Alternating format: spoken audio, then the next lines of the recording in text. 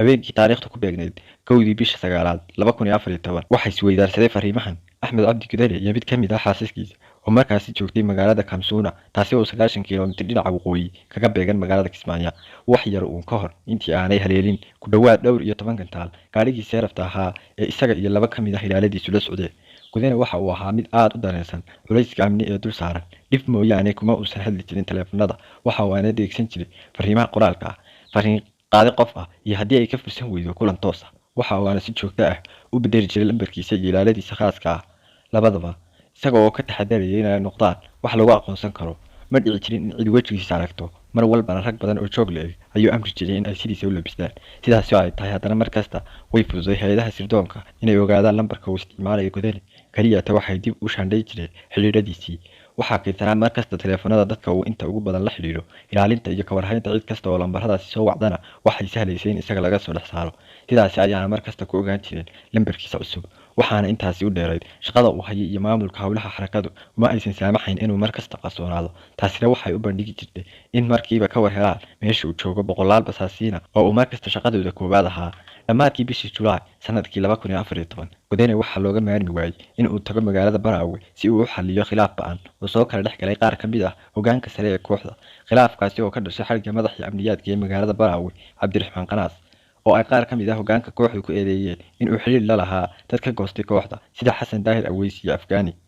qaar kamid ah hoggaanka kooxda oo ay kamid yihiin Cali Dheere iyo waaligii Shabeellada Hoose Maxamed Abu Cabdalla ayaa si weyn xarigiisa ugu taageersanaa halka qaadiga kooxda ee markaas Cabdulxaq iyo madaxii amniyaadka Tooxow ay aad uga soo horjeesteen isqabsigaas sidii xal looga gaari lahaa ayaa laga maarmaan ka dhigtay maashiyaha Godane ee Baraawe Godane waxa ay ugu soo gashay ciidii 27 July magaalada Baraawe waxa aanu ku tukaday salaadii ciida isla halkaas laba wiig ee xigay waxa uu Godane ku sugnaa isla Shabeellada Hoose waxaana halkaasi kulan kula qaatay golaha fulinta ee xarakada si ay uga arrinsadaan duulaanka amisom iyo ciidanka dawladda ee markaasi ku soo aadanaa Baraawe oo muhiim u ahayd dhaqaalaha kooxda sidoo kale waxa uu maalin kale la kulmay Cali Dheere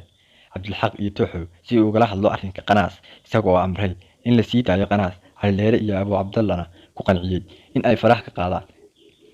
isla intii uu joogay Shabeellada Hoose waxa uu Godane markale halkaasi kula kulmay Aadan Ombe iyo Cabdiraxmaan Fiilow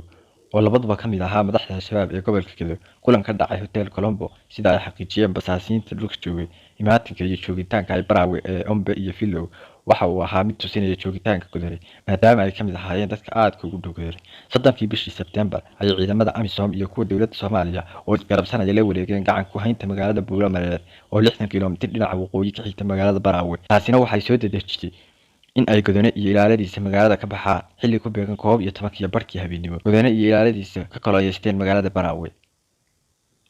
afar gaari oo ay wateen laba kamid ah waxa ay uga baxeen magaalada dhinaca koonfureed wadada aad Kismaayo iyo Kunya Barow halka laba gaari oo kale ay u baxeen dhinaca tuulada Hawaii wax yar kadib baabuurtu waxa ay kala bedeleen jihooyinkoodii iyaga oo labadii gaari ee u socday dhinaca Kismaayo ay u jahaysteen waqooyiga iyo dhinaca Sablaale halka kuwii u socday Hawaii ay u jahaysteen koonfur iyo dhinaca Kismaayo wada bedelashada dabcan jeelkeedu waxay ahayd in la jahwareeriyo basaasiinta dhulka joogtay ee la socday dhaqdhaqaaqa Godane sirna ma ahayn oo al-shabaab way ogsoonay in ay Baraawe la cidciirayso basaasiin qof kasta ay tahay in ay ka shakiyaan waa xaqiiqo waaqiciya iyo wixii hore u dhacay bareen al-shabaab balse waxa xagga sare kala socday diyaarado basaasiin ah walow habeenkaasi la isweydiiyay in afarta gaari hal mar la wada duqeeyo haddana markii dambe waxa go'aan lagu gaaray in dusha lagala socdo afartooda maalintii xigtay oo ku beegnay 31 September Godane waxa uu booqday xarunta tababar oo ku tiilay shanta Ameeriko waxa uu halkaasi uga qudbadiyay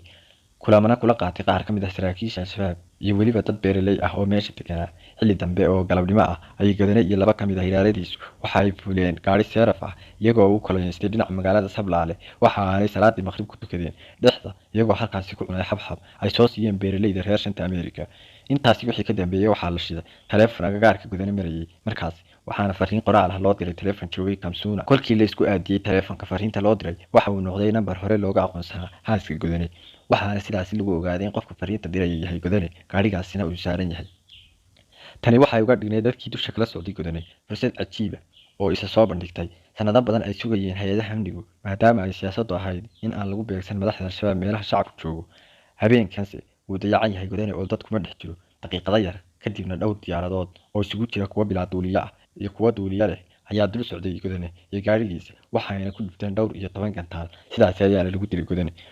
guud ahaan xogtani waxay ku qoran tahay buugga la yiraahdo in sida al-shabaab القاعدة must be powerful ee ay qoreen Haaruun Macruuf iyo Dan Joseph. waad ku mahadsantahay daawashada muuqaalka. haddii aad ka heshay muuqaalka like saar, ha ka ilmaamin inaad subscribe saarto channelka.